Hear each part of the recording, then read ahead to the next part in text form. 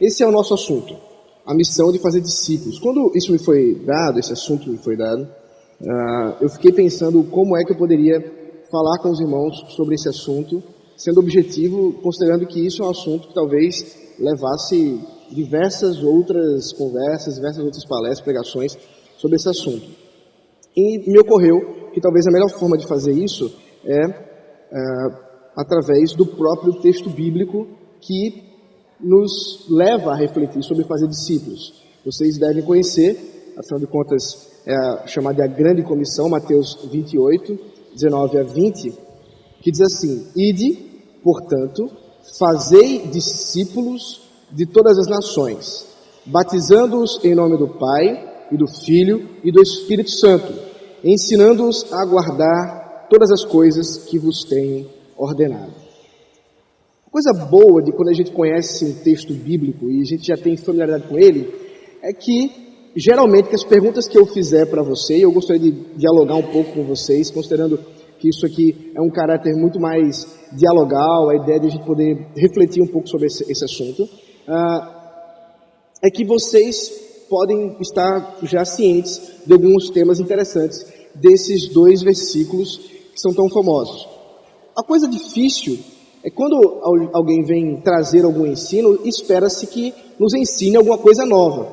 Então, eu não pretendo tirar nenhum coelho da cartola para mostrar para vocês o que tem nesse texto aqui, mas eu espero que nós consigamos refletir a partir do que é fazer discípulos, do que significa fazer discípulos para a glória de Deus, e assim também a ideia do que Deus nos chama para fazer hoje, a partir daquilo que Ele mesmo colocou. Pensando nisso, existem quatro verbos nesses versículos aí, nessa porção das Escrituras. Ide, fazei discípulos, batizando-os e ensinando-os. Pergunta, olha só. Onde está a ordem do texto? Qual é a ordem desse texto aí? É uma ordem, a grande comissão. Então, comissão de fazer o quê? Né? Então, qual é a ordem desse texto?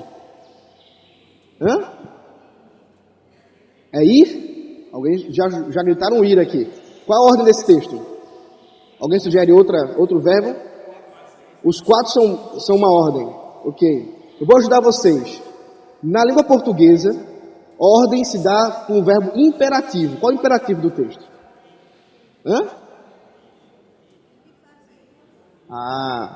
Tem um pessoal que estudou português aqui que sabe fazer e também é imperativo. Muito obrigado. Deus abençoe vocês. Isso mesmo. Ide e fazei. É curioso. Na verdade verdadeira, no texto original, daqui a pouco eu mostro para vocês, o único que está no imperativo é fazer discípulos. Todos os outros verbos que estão aí estão sendo subordinados a esse verbo principal, fazer discípulos. Então a gente já pode ter a certeza e a convicção de que a coisa mais importante desse texto é fazer discípulos. E todo o resto nos vai ensinar como fazer isso, de alguma maneira. Nos vai caracterizar como é que se dá fazer discípulos. Para ficar mais claro, numa construção aí, só para ajudar vocês, são as questões interessantes desse texto. Como a gente está num caráter mais de aula, então eu vou dar umas aulas para vocês de grego, olha só. Mas não se empolga muito não. Fazer discípulos é o imperativo desse texto. O ide, batizando e ensinando, estão todos subordinados a ele. Mas por conta, olha, prestem atenção, por conta desse ide, está antecedendo o imperativo, ele ganha força imperativa. Então quem disse que o ide também é imperativo está certo. Porque na realidade o texto também carrega a ideia de que para você fazer discípulos de todas as nações, você tem que ir. Afinal de contas, todas as nações não estão ao lado da sua casa. Para você alcançar as outras nações, você tem que ir. E é por isso que a gente encontra essa necessidade de compreender, afinal de contas, o que é fazer discípulos de todas as nações. E a partir dessa reflexão, o que significa fazer discípulos de nações, a gente pode entender o que é o ide, pode entender o que significa batizar e o que significa ensinar. Então, pensando nisso, fazer discípulos de todas as nações, nós temos aí só deixei no grego para vocês ficarem curiosos. Mateteosat. Então você tem aí a ordem atemporal para fazer discípulos. Por quê? Porque esse verbo, olha só que coisa curiosa, ele está numa forma grega, que não tem em português, não se preocupem com isso, mas que dá uma noção de que essa ordem não tem validade. Essa ordem foi dada para ser cumprida até que todas as nações sejam alcançadas. Então, enquanto elas não forem alcançadas, é missão fazer discípulos. Portanto, é uma ordem atemporal. De modo que a gente pode observar o que é um discípulo. Afinal de contas, se vamos fazer esses discípulos, o que eles seriam? Um discípulo é um aluno, um pupilo, alguém que aprende e segue os ensinamentos de um mestre. É meio óbvio. Mas se a gente reflete um pouco mais sobre relação em Cristo, o que é um discípulo de Cristo, ou discipular uma pessoa a respeito para ser um discípulo de Cristo, o John Brodels diz assim: discipular uma pessoa a Cristo é trazê-la para a relação de pupilo e mestre, tomando o seu jugo de instrução autoritativo, aceitando o que ele diz como verdade, porque ele disse, e submetendo aos seus requerimentos, porque ele os fez. Aqui há uma relação de autoridade por parte daquele que é o mestre. O mestre, nesse caso, é o mestre inquestionável, porque é aquele que diz, e o que ele diz é verdade, porque ele o disse. E faz todo sentido. Afinal de contas, o próprio Senhor Jesus disse que ele é a verdade. E se ele é a verdade, tudo o que ele diz é verdade. Tudo o que ele diz é verdadeiro. E nada do que ele disser deve ser para nós uma coisa questionável. Muito pelo contrário, sua palavra é a verdade para nós. É por isso que o próprio Senhor Jesus Cristo diz: tomai sobre vós o meu jugo e aprendei de mim, porque sou manso e humilde de coração, e achareis descanso para a vossa alma, porque o meu jugo é suave e o meu fardo é leve. Para você lembrar o que é jugo, eu mesmo que fui nascido e criado em prédio, né? Então, apartamento, a gente não tem ideia do que é esse negócio de jugo, mas talvez você, como pessoa do campo, você tenha uma noção do que é jugo. Jugo é aquela coisa que você coloca aqui para o boi, o cavalo e tal, para ele não olhar as questões na lateral, melhor. Eu estou confundindo. O jugo, na verdade, ele coloca no pescoço. O jugo é o que se coloca no pescoço para juntar com outro animal e assim ele não sai do trajeto que foi ordenado. Então, o jugo, que costuma ser pesado, afinal de contas, se ele for leve, o que o boi vai fazer? O que o animal vai fazer? Vai sair do caminho. Mas o Jesus é leve. Porque o Jesus é diferente de qualquer outro mestre. Porque o mestre Jesus é distinto de qualquer outro mestre que venha ensinar. E todos nós que nos tornamos discípulos, devemos nos tornar discípulos dele, que tem o fardo leve, que tem um jugo leve. Observe, portanto, que ele fala de aprender de mim. Portanto, discipular, o discipulado, tem a ver com aprendizado, tem a ver com ensino. Essa relação de se tornar um discípulo de Jesus Cristo é bem importante. Uma história curiosa, dos príncipes dos pregadores, Charles Spurgeon, conta-se que uma vez ele estava caminhando, chegaram as pessoas, talvez alguns inimigos dele, e disseram assim: olha só, tem uns discípulos seus, bêbados, na sarjeta ali na rua. E eu disse: realmente, eles são meus discípulos, porque se fossem de Cristo não estariam desse jeito. E isso é importante, porque todos nós, enquanto chamados para fazer discípulos, não somos chamados para fazer discípulos, nossos discípulos. Pessoas que estejam conectadas simplesmente à nossa visão, mas sim a Cristo e a sua bendita palavra. Se a minha obra, meu trabalho de fazer discípulos, fizer simplesmente que as pessoas gostem de mim, gostem do que eu falo, se sejam agradadas da minha presença, isso não é fazer discípulos de Jesus Cristo. É muito mais complexo. É mesmo que eu fale, é mesmo quando eu não esteja seguindo os caminhos do Mestre, aqueles a quem eu chamei para ser discípulos de Jesus podem me fazer voltar ao caminho. Observe que há uma relação fundamental aqui de aluno. Porque mesmo eu como pastor, e apesar do termo que se usa na nossa denominação, presbítero docente, portanto aquele que recebe o chamado para ensinar, não sou mestre de vocês, e nem mesmo o pastor Sérgio é mestre de vocês. O mestre de vocês tem e sempre será de ser quem? Jesus. Sempre será Jesus Cristo. Por isso que a missão de fazer discípulos envolve sempre lembrar-se que somos chamados para apontar para a palavra dele. Olha o que Jesus fala em João capítulo 8, versículo 31 e 32.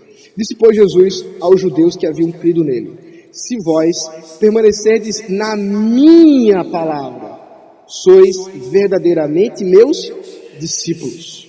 Conhecereis a verdade e a verdade vos libertará. A verdade que liberta, a verdade que transforma, é a verdade da palavra do próprio Deus, do próprio Jesus Cristo. Portanto, o ato de ser discípulo de Jesus é permanecer na sua palavra, é permanecer nos seus caminhos, é permanecer nos seus ensinamentos. De modo que todos nós que somos chamados a chamar pessoas a se tornarem discípulos, a caminharem por esse caminho, devemos lembrar todas elas de que esse caminho é um caminho sem volta. É um caminho com o qual nós temos de permanecer na palavra dele. Isso é ser discípulo de Jesus Cristo. E é por isso que William Mons diz assim: um discípulo não é simplesmente alguém que foi ensinado. Observe, não existe formatura para o discipulado com Jesus Cristo. Estava hoje explicando para meus filhos sobre formatura. Meu filho João disse assim: papai, quando eu crescer eu quero ter um escritório. Eu disse: tá bom, meu filho, mas primeiro você tem que estudar bastante, você ter o seu próprio escritório, sabe-se lá do que ele quer ter um escritório, mas ele queria ter um escritório. E eu disse: você tem que estudar para isso. E aí você vai estudar, você vai se formar. Ele olhou assim: vai se formar? O que é formar? Se formar é quando a gente encerra os estudos. Aí ele deixa a escola, papai? Eu disse: mas na verdade a gente está sempre aprendendo. Sempre estamos aprendendo, João. E na verdade, essa verdade que eu falei para ele, pode ser lembrada por nós aqui, agora a respeito do discipulado com Jesus Cristo. Um discípulo não é alguém, portanto, que simplesmente aprendeu, foi ensinado, compreendeu. Não. Mas é alguém que continua a aprender. Minha avózinha, 97 anos, está viva, amando o Senhor Jesus Cristo, e ela continua aprendendo alguma coisa. Tudo bem que ela esquece rapidamente, mas ela continua aprendendo sobre o Evangelho, e ela continua aprendendo sobre Jesus Cristo, e ela, enquanto ela tiver coisas para aprender, Jesus deixa ela aqui. Quando ele achar que está bom, a formatura é levá-la aos céus.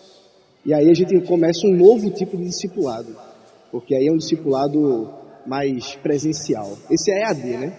A gente se conecta com Jesus Cristo mediante a sua palavra, ainda que não vendo fisicamente, mas espiritualmente.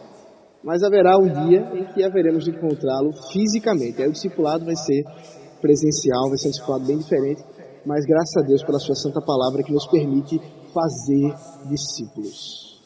Não nossos, mas dele, de Jesus Cristo. Esse é o chamado. Fazer discípulos. Essa é a grande comissão. Fazer discípulos. Mas de onde? Para onde? De todas as nações. Está aí mais um pouco. Pantatá, etne. Etne, olha, a palavra vocês conhecem. Vem de quê? Etne lembra o quê? Etnia. Dá a ideia de que todos, indistintamente, todas as etnias, todas as tribos, todos os povos, todas as nações. É curioso isso, porque Mateus é o evangelho que trata do rei. Jesus é o rei, ele está sendo aquele que foi coroado, Messias coroado. Desde o começo lá, na genealogia de Jesus Cristo, você já encontra a relação dele com Davi, porque ele é o Messias rei. Ele é o rei das nações. E a manifestação do seu reino se dá na expansão da igreja, que alcança todos os lugares, que alcança todos os cantos, que alcança todos os povos, todas as línguas. Hoje à noite eu pretendo expor aos irmãos o capítulo 1 de Atos, mas o capítulo 2 de Atos, que é cumprimento da promessa que Jesus faz no capítulo 1, é aquilo que nós chamamos do derramamento do Espírito Santo. E esse derramamento do Espírito Santo se dá, dentre outras manifestações pirotécnicas, com o quê? Línguas estrangeiras. Os discípulos de Jesus falando línguas que não conheciam, mas de povos que ali estavam para ser ouvidos. E de, esse povo está falando e sabe falar a nossa língua, como é que pode isso? Mas por que eles falaram isso? Para todas as nações. Porque a missão é para todas as nações. Porque isso envolve fazer discípulos do Senhor Jesus Cristo em todos os lugares que nós estejamos. Em tudo o que fazemos. É o cumprimento daquilo que o próprio Deus prometeu a Abraão. Veja aí Gênesis capítulo 12, versículo 1 a 3. Ora, disse o Senhor a Abraão, sai da tua terra, da tua parentela e da casa de teu pai, e vai para a terra que te mostrarei. De ti farei uma grande nação, e te abençoarei, e te engrandecerei o nome. Sê tu uma bênção. Abençoarei os que te abençoarem, e amaldiçoarei os que te amaldiçoarem.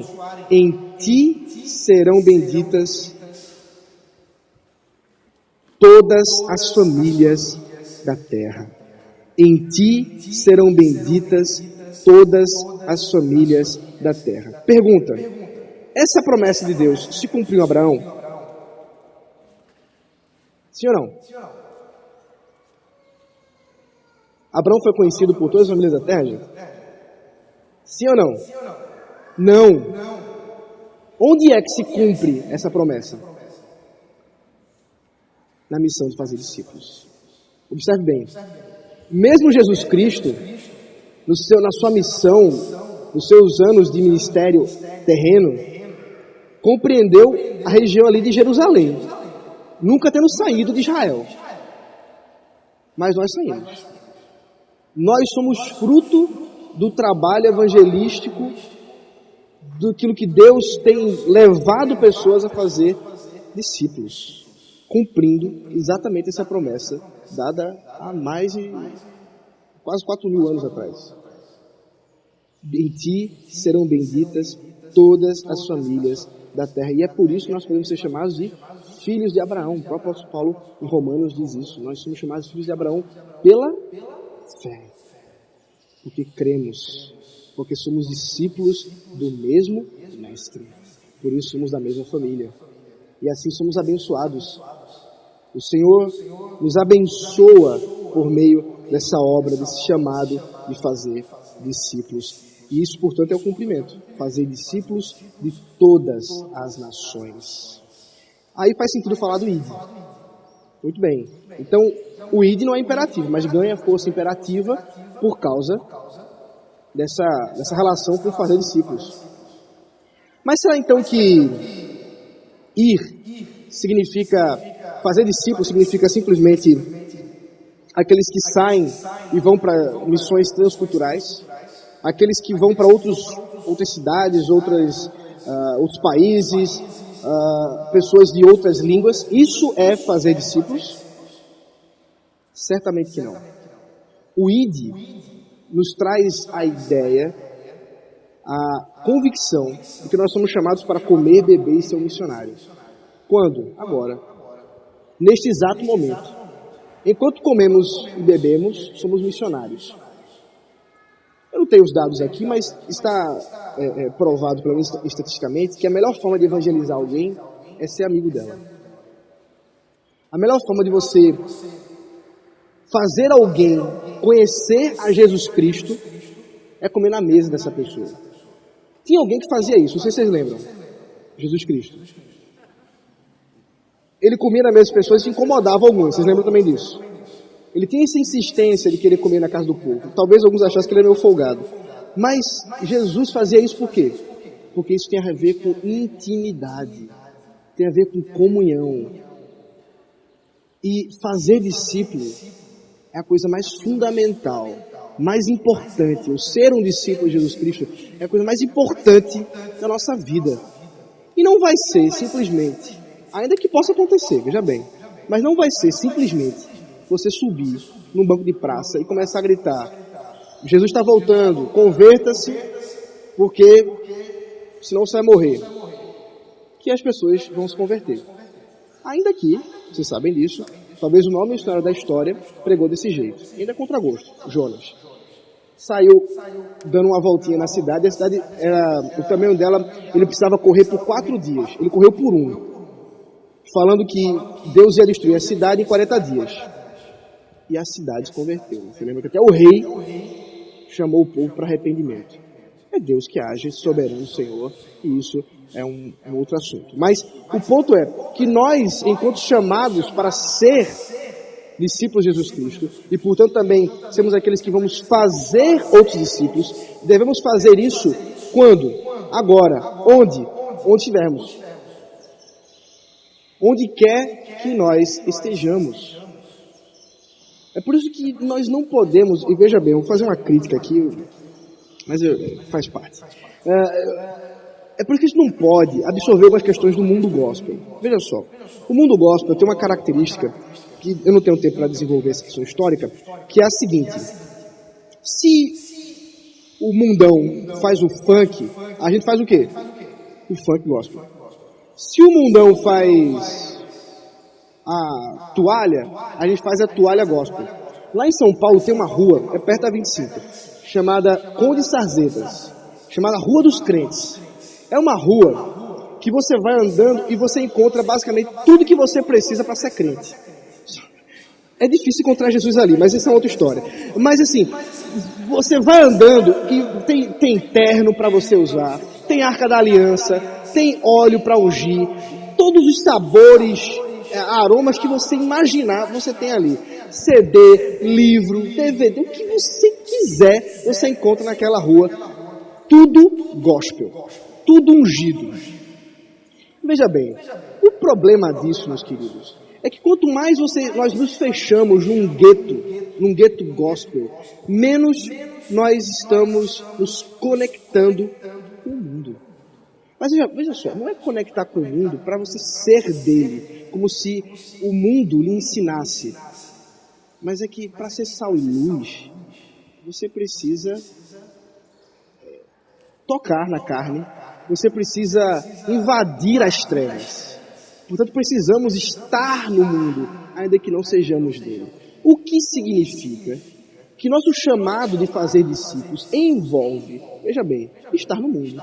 Envolve, por exemplo, fazer amizades com gente incrédula. Olha só, estou estimulando você a falar com aquela vizinha chata que fica ouvindo funk, ouvindo... Faz tanto tempo que eu não venho a Recife, que eu não sei nem quais são os hits da atualidade, mas deve estar ouvindo algum brega desgraçado desse aí, e aí você deve fazer amizade com essa pessoa, porque quem sabe você faz dela um discípulo de Jesus Cristo, e em pouco tempo ela vai colocar um hino maravilhoso para tocar.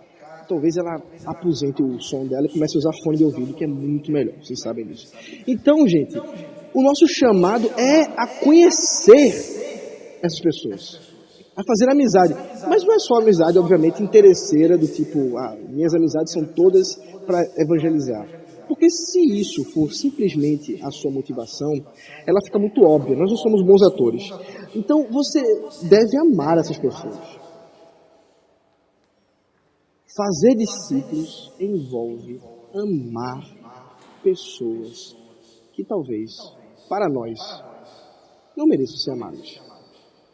Fazer discípulos envolve relacionar com pessoas difíceis. E fique tranquilo, se você acha alguém difícil, pergunte a ela o que ela acha de você. Então, nós somos difíceis também.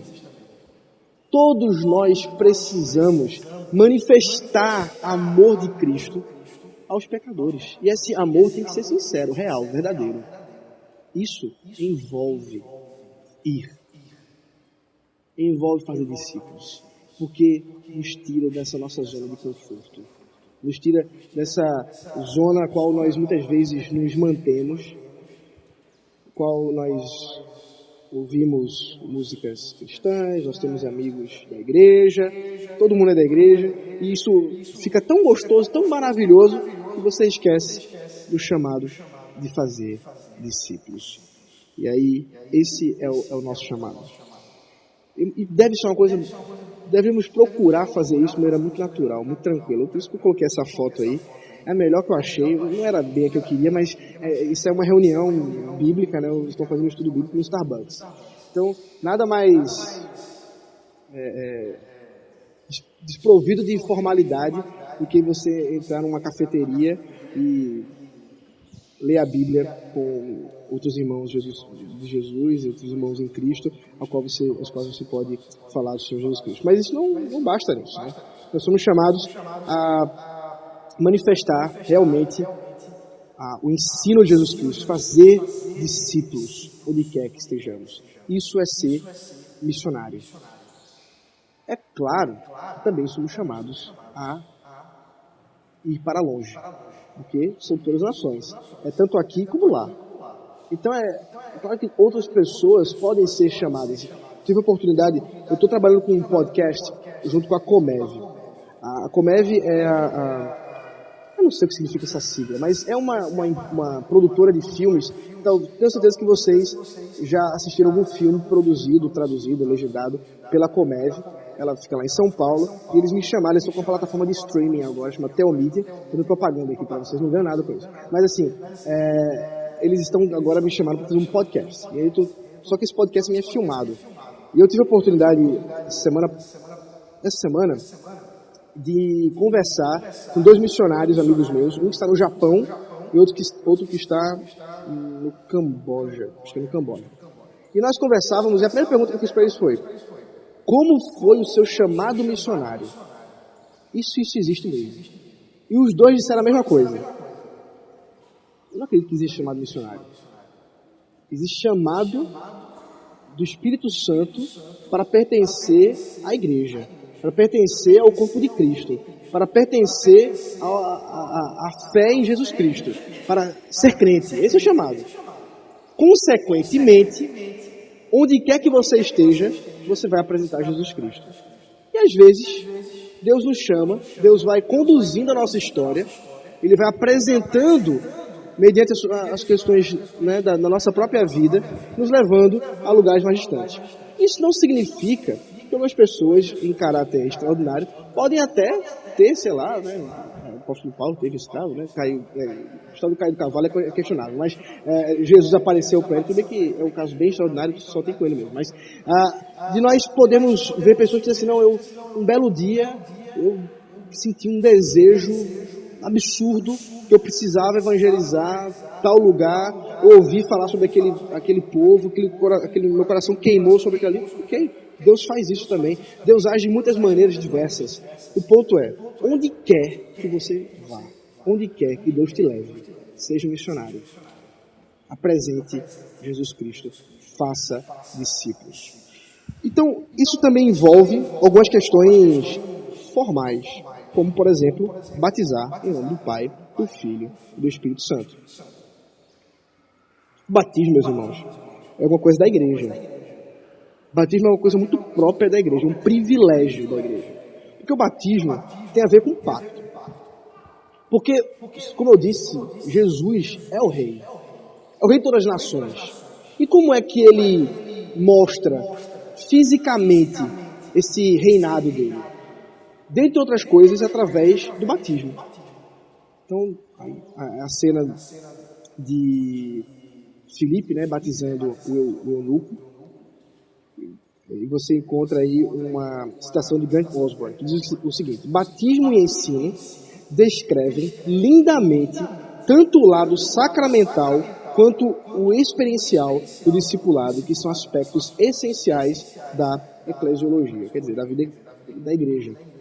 Então aqui nós entendemos que fazer discípulos envolve fazer discípulos para pertencer a comunidades locais, a igrejas locais. Esse papo furado de desigrejado é um negócio que não tem a ver com fazer discípulos. Tem a ver com não ser discípulo de Jesus Cristo. Porque o discípulo de Jesus Cristo é alguém que ama também a sua noiva.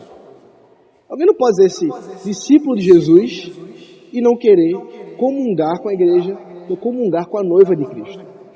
A noiva de Cristo, ela se apresenta em pequenos blocos em vários lugares desse mundo, que nós chamamos de igreja local.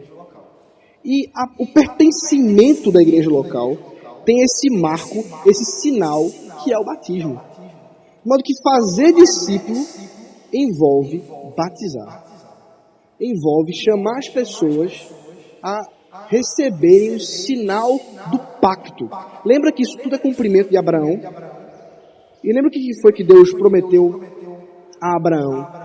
E que ele deu um sinal de que isso iria acontecer. Qual foi o sinal? Você lembra qual foi o sinal? A circuncisão. Abraão recebeu o sinal da circuncisão, que realmente Deus cumpriria a sua palavra, que a partir de Abraão, Deus faria uma grande nação. E o batismo nada mais é do que a própria circuncisão, sem o sinal cruento. Porque o sinal cruento, o derramamento de sangue, já foi feito na cruz. Nós não precisamos de derramamento de sangue. Agora nós temos um outro lavar, uma outra forma de lavar, simbolizando, obviamente, o lavar espiritual, que é o batismo com água. Então, nós temos essa figura, eu deixei bem claro. Foi meio difícil arranjar uma figura que fosse batismo com aspersão, vocês sabem como é o negócio. Mas eu achei. Isso é uma pintura holandesa. Então, alguns inclusive atribuem a Rembrandt. Mas o ponto depende da discussão sobre aspersão ou imersão, é que nós somos chamados para batizar, para fazer pessoas pertencerem à igreja, a amarem a igreja, a servirem na igreja. Eu sei que no mês passado vocês estiveram estudando sobre dons espirituais, a servir a Deus através dos seus dons espirituais dentro da igreja, para a glória de Deus. Tudo isso, portanto, faz parte desse nosso chamado do batismo trinitário, desse sinal do Pai, do Filho e do Espírito Santo. Isso envolve, portanto, a convicção de que esse é um batismo distinto de qualquer outro. Observe bem, a doutrina trinitária é inigualável. Não existe nenhuma outra religião, nenhuma outra confissão de fé que afirme o seguinte, que existe um único Deus e Ele é 3 pessoas. Não existe. Isso é um distintivo da fé cristã. Somente nós cremos nisso.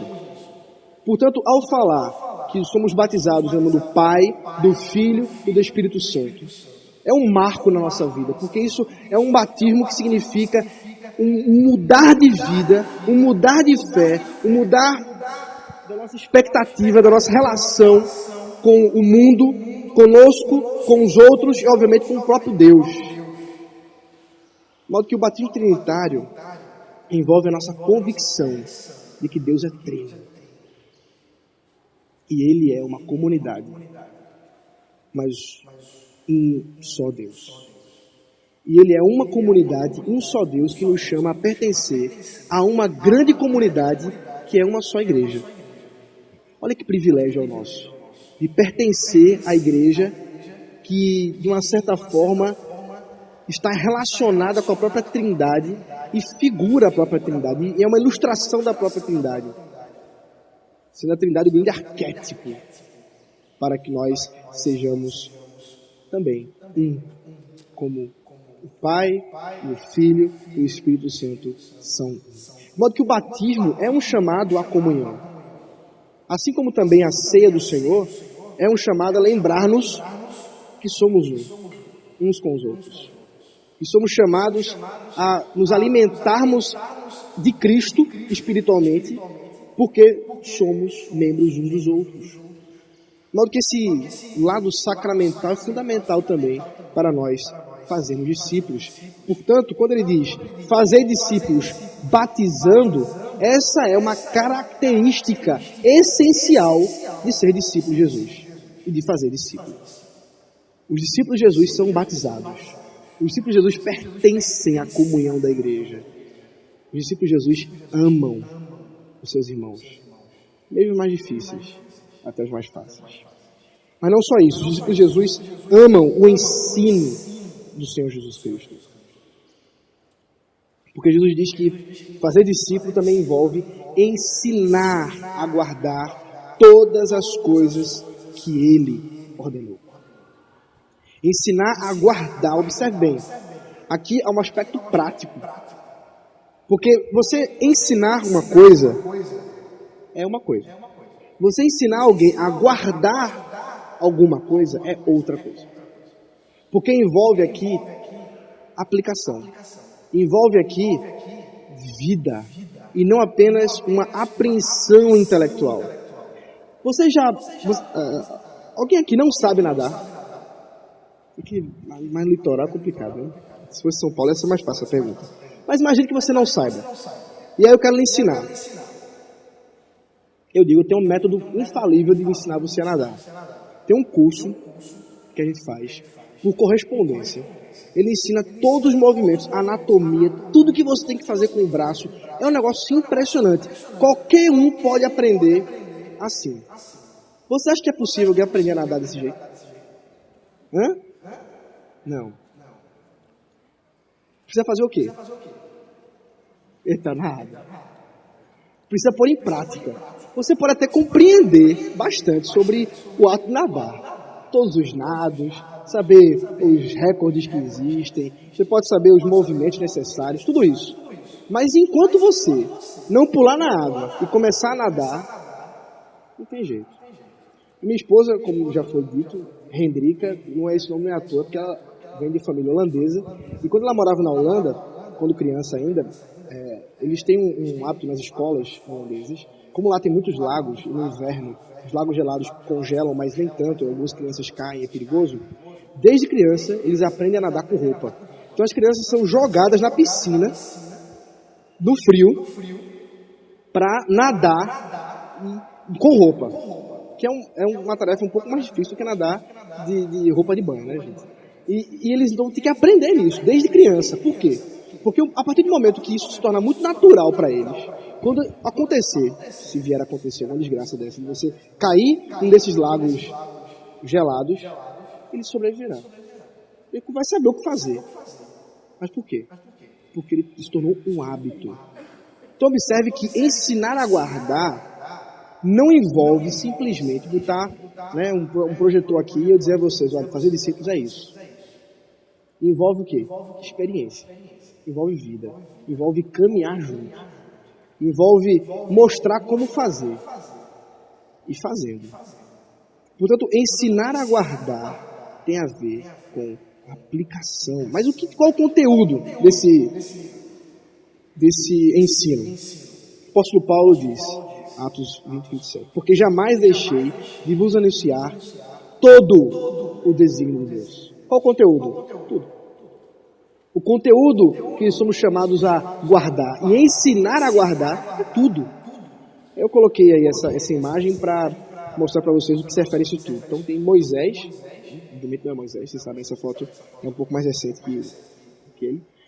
É que não dá para ver direito, né, gente? Eu estou sendo prejudicado aqui, mas Moisés mostrando as tábuas da lei e apontando, obviamente, para Cristo, onde a lei se cumpre. Porque tudo da Escritura tem a ver com Jesus. De Gênesis a Apocalipse, é Jesus, é o Evangelho que está sendo exposto. De modo que o ensino todo aqui, todo o desígnio de Deus, envolve compreender, amar, entender, de Gênesis a Apocalipse.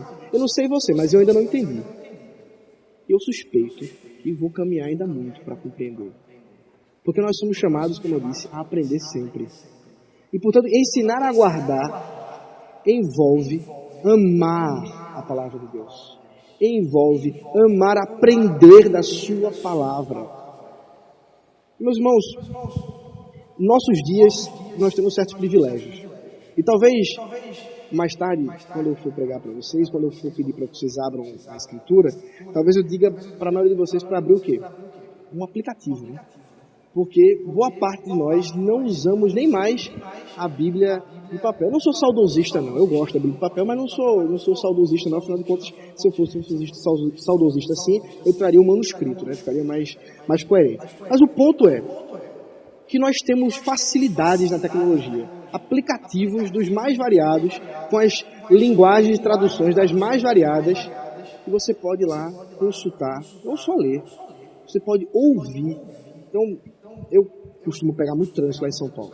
Então, em média, ano passado foi pior. Em média, minha média no passado era de 3 a 5 horas por dia no trânsito. Então, assim, o que eu faço com esse tempo todo na minha vida? Eu vou ouvir ouvir a Bíblia, né? No mínimo, pelo menos ouvir umas palestras, umas pregações. Eu tenho que ouvir alguma coisa desse sentido. Então, além de ouvir sobre política, afinal de contas, ano passado foi bastante sobre política, mas isso é outra coisa. Então, a Bíblia, você não tem desculpa. Sabe o que é, pastor? É que eu começo a ler, eu durmo. Meu irmão, para de ler deitado quando vai dormir, já é uma boa estratégia. Mas a segunda estratégia é, se é tão difícil para você, talvez até mesmo pessoas mais idosas, os olhos já começam a fraquejar, não tem problema, ouça a palavra de Deus, mas não deixe de ler, não deixe de ouvir, não deixe de aprender da palavra do Senhor. E o Evangelho é o grande centro desse ensino. O centro daquilo que devemos ensinar a guardar é o Evangelho do Reino de Jesus Cristo. E eu sei que vocês sabem. O que significa Evangelho, gente? Boas novas, exatamente. A junção de duas palavras gregas, euangelion, né? Então a ideia de boa mensagem, boas novas. O contexto dessa palavra é curioso. Nos tempos neotestamentários, a palavra evangelho era usado especialmente em tempos de guerra. Quando dois povos estavam em batalha, e vocês sabem, naquele tempo especialmente, as pessoas que iam para a batalha eram os homens, os mais fortes, e ficavam nas cidades os mais velhos, as crianças e as mulheres. E eles ficavam aguardando o quê? A chegada da mensagem. A chegada da boa mensagem. E de repente havia aquele que ficava na torre de vigia, e ele ficava olhando, de repente vinha um cavaleiro correndo, dizendo que estava trazendo o Evangelho. Estava trazendo o Evangelho. E o Evangelho era, nós vencemos. Pergunta, o que as mulheres, as crianças e os velhos fizeram naquela guerra? Para vencer a guerra? Hã? Alguém sabe? Pode falar alto, gente, que estou ouvindo. Hã? Nada. Deixa eu ajudar vocês. É nada. Essa é a mensagem do Evangelho. Jesus na cruz disse, está consumado. Eu fiz tudo. Eu venci a guerra. Eu venci a batalha.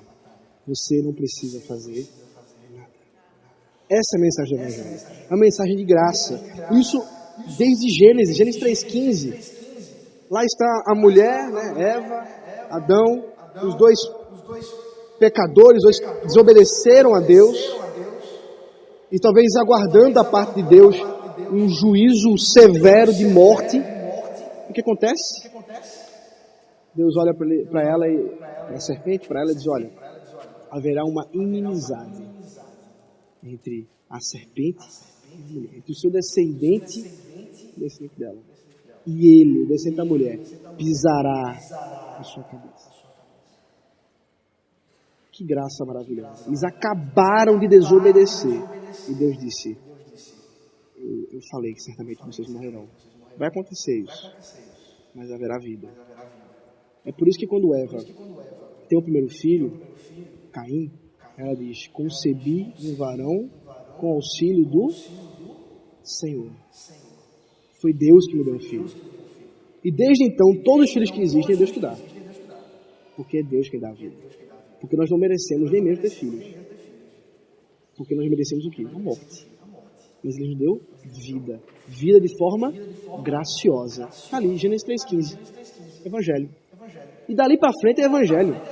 É tudo Evangelho. É tudo a obra de Jesus Cristo sendo descortinada aos nossos olhos. Mesmo a lei, que alguns dizem, não, porque tem a graça e a lei. Calma, que a lei está cheia de graça. A lei do Senhor, a lei que nós chamamos de lei mosaica, é permeada de graça de Deus. É graça sobre graça. Por quê? Olha como eram os períodos lá de Moisés. Você pisou no meu pé, eu te mato. Você pisou no meu pé, eu tenho poder para isso, eu te mato. Justo isso? Não. O que Moisés ensinou ao povo? Não, as medidas devem ser proporcionais. Se você roubou o meu cavalo, é o seu cavalo que tem que ser tem que devolver isso para mim. E não matar você. Perceba que essa proporcionalidade é obra da graça de Deus. Isso não é um exemplo. Mas os 10 mandamentos é manifestação da pura graça de Deus. O chamado de nós adorarmos a um único Deus e não a outros deuses é a certeza e a convicção de que não há nada nesse mundo criado que nos satisfaça senão o próprio Deus. E buscar outras coisas é perder tempo. Olha só.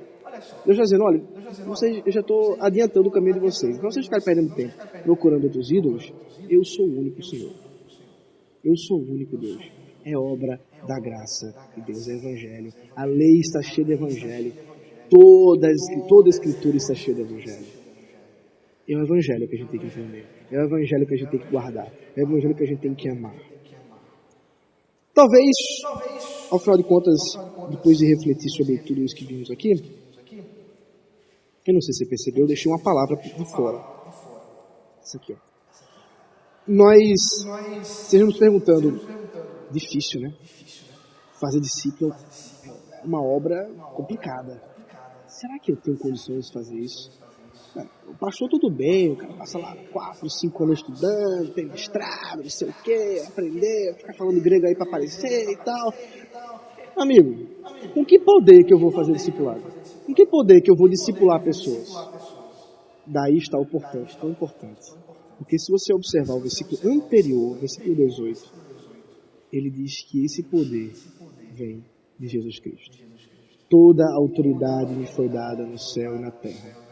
Portanto, fazer discípulos. Nós não fazemos discípulos com a nossa própria força. Nós não fazemos discípulos pelo nosso próprio poder. Nós fazemos discípulos porque Ele tem autoridade para isso. Ele nos chama a fazer discípulos e Ele nos capacita. E para a sua glória, nós somos chamados a continuar.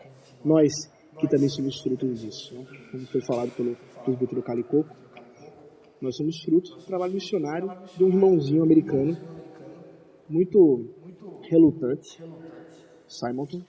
Você pode ler o diário dele, vindo ao Brasil, lá no Rio de Janeiro, depois trouxe mais gente, e a coisa começou a crescer. Há 160 anos esse trabalho começou. E aqui estamos nós, fruto desse trabalho. É Deus, na sua infinita graça, capacitando pessoas falhas como eu e você. E Ele também nos capacita hoje para a sua vida. Vamos orar. Obrigado, Pai, porque o Senhor nos dá condições de refletir, de meditar na Tua palavra. Nos dá condições, Senhor, de compreender o que o Senhor nos ensina, o Senhor nos chama a fazer. E essa grande comissão, Senhor, que é grande não por causa de nós, mas por causa do Senhor Jesus Cristo. E pela autoridade dEle, nós rogamos que nos dê capacidade para evangelizar. Nos dê capacidade para fazer discípulos. Nos dê capacidade para anunciar a Tua palavra, Pai. Para ensinar a guardar, ó Deus. Fazendo as pessoas a serem discípulos Teus, ó Deus triuno. Batizando-os em nome do Pai, do Filho e do Espírito Santo para a Tua glória, ó Deus Santo. Ó Deus, cuida de nossos corações, anima-nos, encoraja-nos, em nome de Jesus Cristo. Amém.